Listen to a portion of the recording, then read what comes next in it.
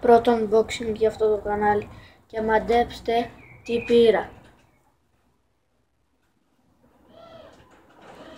Το FIFA 16 και αφού είναι καινούριο σκέφτηκα να το κάνω σε βίντεο.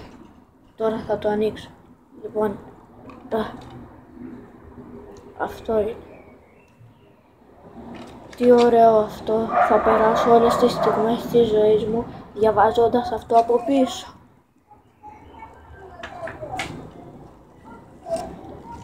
Και αυτό είναι ένα βιβλίο με ακόμα περισσότερα γράμματα, όμως είναι μεγάλο και βαρύ και γι' αυτό δεν το διαβάζει κανένας. Και τέλος, ο δίσκος.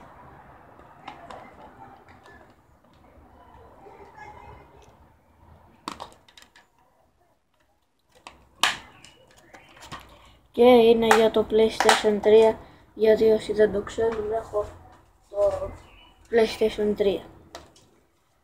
Και όπως είδατε έχει αλλάξει η φωτογραφία του καναλιού. Σήμερα εγώ την άλλαξα επειδή το